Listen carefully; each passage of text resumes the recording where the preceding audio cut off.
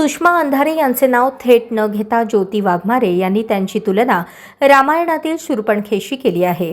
रामायणात शूर्पणखा राम लक्ष्मणांवर टीका करत होती। आजही काही शूर्पणखा कॅमेऱ्यासमोर आपला चेहरा फोकस करण्यासाठी धादांत खोटे आरोप करत आहेत, असा घणाघात त्यांनी केला। उबाठा गटाकडून सातत्याने आरोपांचे राजकारण केले जात असल्याचा आरोप करत वाघमारे यांनी अशा वक्तव्यांचा निषेध केला। खोटे आरोप करून सहानुभूती मिळवण्याचा प्रयत्न जनता ओळखते, असा टोलाही त्यांनी लगावला। या टीकेनंतर शिवसेनेच्या दोन्ही गटातील वाद पुन्हा एकदा तापला असून येत्या काळात हे शब्दयुद्ध आणखी तीव्र होण्याची शक्यता राजकीय वर्तुळात व्यक्त केली जात आहे।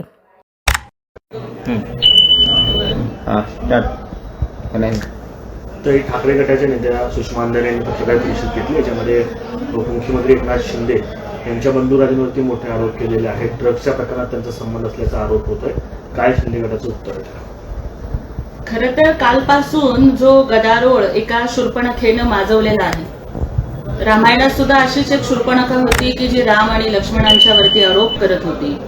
आज अशाच काही शूर्पणखा या फक्त स्वतःवरती कॅमेराचा फोकस ठेवण्यासाठी अत्यंत धादांत खोटे आरोप या ठिकाणी करत आहेत। बरीच लोक, काही लोक शाकाहारी असतात, ती भाजीपाल्यावर जगतात, काही लोक मांसाहारी असतात, ही इतर काही गोष्टी खाऊन जगतात, परंतु काही लोक ही कॅमेरा जीवी आहे।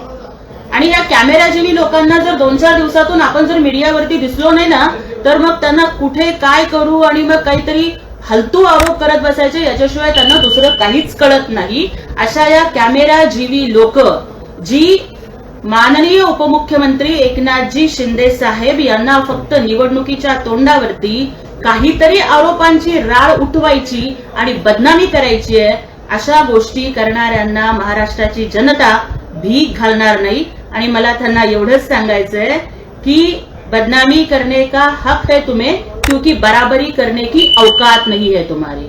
एकनाथजी शिंदे साहेब ज्या पद्धतीनं काम करतायत, ज्या पद्धतीने ते लाडक्या बहिणींना न्याय देतात, शेतकऱ्यांना न्याय देतात, त्याच्यामुळे तुमच्या पोटात इतकं दुखतंय की ज्या माणसानं स्वतः मुख्यमंत्री असताना एकनाथजी शिंदे साहेबांनी नशामुक्त मुंबईचं सगळ्यात मोठं अभियान सुरू केलेलं होतं आणि मुंबई आणि संपूर्ण महाराष्ट्र हा नशामुक्त झाला पाहिजे यासाठीचं अभियान सुरू करून अत्यंत कडक कारवाया ज्यांनी करून घेतल्या, आपण त्यांच्यावर किंवा त्यांच्या भावावरती अशा पद्धतीचे आरोप करताय।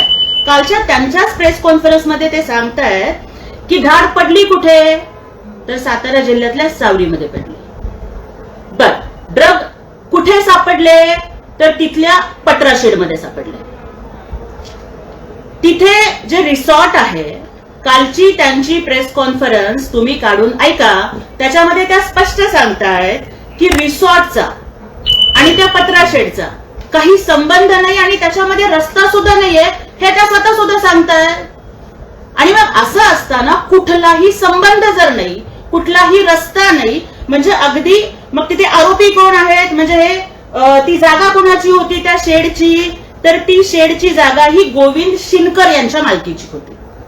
ती चालवायला कुणी घेतली, ती ओंकार डिगे यांनी घेतली। ड्रग प्रकरणामध्ये सापडले गेलेले आरोपी कोण आहेत, माझ्याकडे ही पोलिसांची प्रेस नोट आहे। पोलिसांच्या प्रेस नोट मध्ये पोलीस सांगतायत की मुक्काम सावरीगाव, पोस्ट बामनोली, तालुका जावळी, जिल्हा सातारा येथे एमडी बनवण्याच्या कारखान्यावर कारवाई करण्यात आली। त्यावेळी इसम नामे ओंकार डिगे याचा उल्लेख आल्यानं त्याची चौकशी केली आणि त्याबरोबर तिथं जे आरोपी सापडलेले आहेत त्यामध्ये पोलीस सांगतायत की एमडी बनवण्याच्या कारखान्यामध्ये खालील नमूद आरोपींना अटक करण्यात आली। कायम नजर अब्बास सय्यद उर्फ सद्दाम 29 वर्ष, राजिकुल खालिकुर रहमान वय 30 वर्ष, हाबिजुल फकरुल इस्लाम वय 25 वर्ष आणि उपरोक्त नमूद अटक आरोपींपैकी एक आरोपी हा जिल्हा पालघर महाराष्ट्र व 2 आरोपी हे तालुका जिल्हा मोरीगाव राज्य आसाम येथील असल्याचं आतापर्यंतच्या तपासात निष्पन्न झालेलं आहे।